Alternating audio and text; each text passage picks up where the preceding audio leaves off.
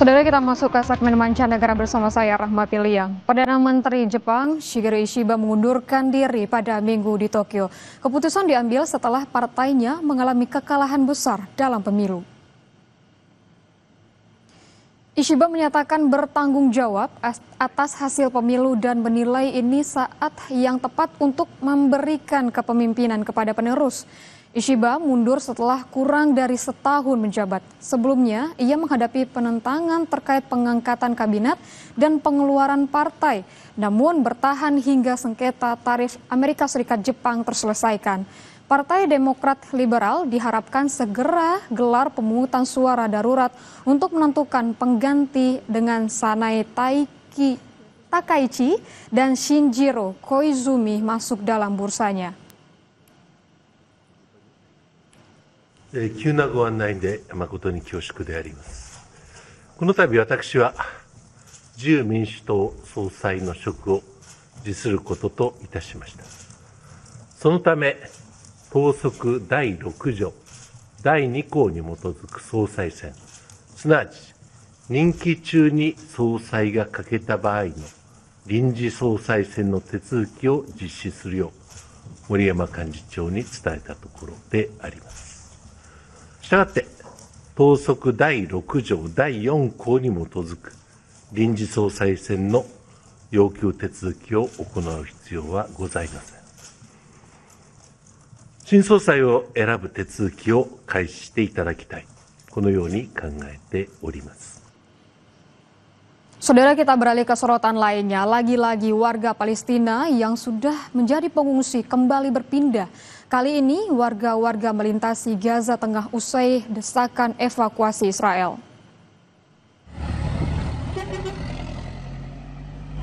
Warga asli Palestina di kota Gaza bersama keluarganya yang masih tersisa melintasi Gaza Tengah pada Minggu waktu setempat. Dengan berdesakan, warga tergesa-gesa meninggalkan Gaza dengan kendaraan ataupun gerobak yang ditarik keledai.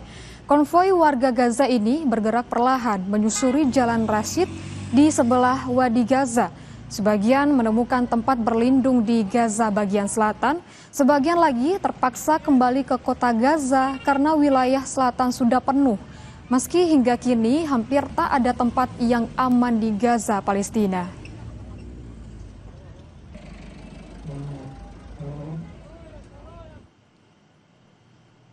Militer Israel mengklaim telah menghancurkan terowongan bawah tanah di jalur Gaza Utara yang digunakan Hamas untuk operasi.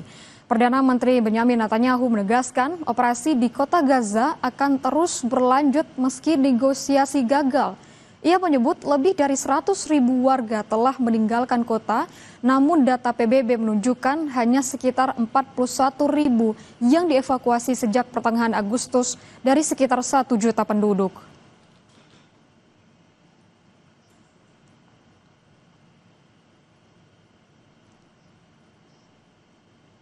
Sebelumnya, Israel perintahkan warga Gaza untuk mengevakuasi diri ke wilayah Muwasi yang disebut Israel sebagai wilayah kemanusiaan. Desakan ini menyusul rencana Israel mencaplok Gaza. يشن جيش الدفاع عملية لحسم حماس داخل مدينة غزة، فابتداء من هذه اللحظة وبهدف التسهيل على من يغادر المدينة نعلن منطقة المواسي منطقة إنسانية حيث تجرى فيها عملية توفير خدمات إنسانية أفضل.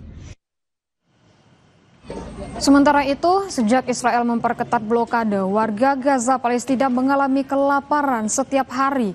Hingga kini, warga Gaza mengandalkan dapur amal untuk bertahan hidup.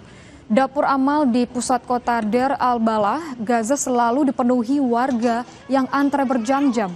Pada akhir Agustus, Otoritas Krisis Pangan Dunia menyatakan Gaza dilanda kelaparan.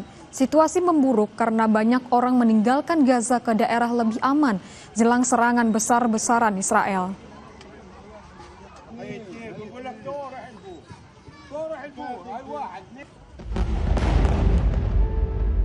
Serangan Israel ke wilayah Gaza, Palestina semakin brutal.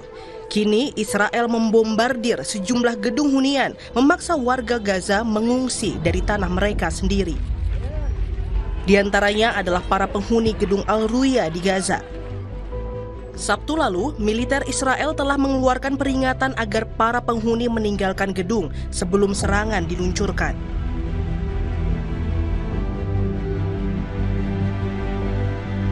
Terusir dari rumahnya sendiri, kini keluarga dan anak-anak Gaza hanya dapat menyelamatkan barang yang masih bisa mereka bawa.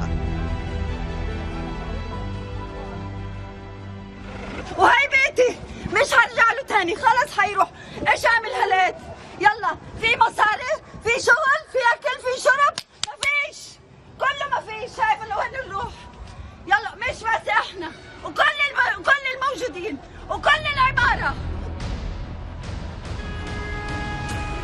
Sementara warga Palestina lainnya mulai meninggalkan Gaza, mencoba melindungi diri dari serangan Israel. Banyak di antara mereka terpaksa melewati perbatasan hanya dengan berjalan kaki karena kehabisan uang dan harta benda. لأنه ما فيش سيولة، ما فيش مصاري الواحد يدفع أجرات، ما فيش عمل، ما فيش دخل، ما فيش مساعدات، ما فيش واحد يساعدك ويمدك. مجبورين نمشي عشان ما فيش سيولة من الشمال للجنوب، وكله كلام أصلا من الفاضي، ما فيش مطارق آمنة، لا في الجنوب ولا في الشمال. Israel telah memerintahkan warga Palestina di sejumlah wilayah Gaza mengevakuasi diri ke wilayah selatan, area Mawasi di Khan Yunis yang disebut Israel sebagai zona kemanusiaan. Namun warga Gaza merasa kemanapun mereka pergi, baik di wilayah utara pun selatan, tak ada lagi tempat aman. Kini jumlah korban tewas lebih dari 64.300 jiwa sejak Israel menyerang wilayah Gaza Oktober 2023. Beberapa di antaranya bahkan tewas saat Israel menyerang area pengungsian.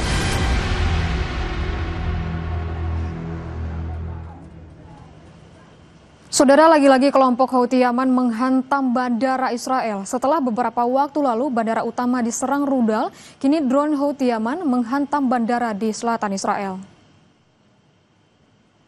Menurut otoritas bandara Israel, setidaknya satu pesawat nirawak menghantam ruang tunggu penumpang di Bandara Internasional Ramon di dekat kota Eilat, Israel Selatan. Houthi telah meluncurkan beberapa pesawat nirawak dan Israel mengklaim beberapa di antaranya dicegat di luar Israel. Akibatnya, penerbangan terpaksa dihentikan pada Minggu waktu setempat. Serangan balasan Yaman ini terjadi 2 pekan setelah Israel menyerang ibu kota Yaman, Sanaa. Pada Mei lalu juga sebuah rudal Houthi menghantam bandara utama Israel dan melukai 4 orang. Banyak maskapai penerbangan juga membatalkan penerbangan mereka ke Israel selama berbulan-bulan.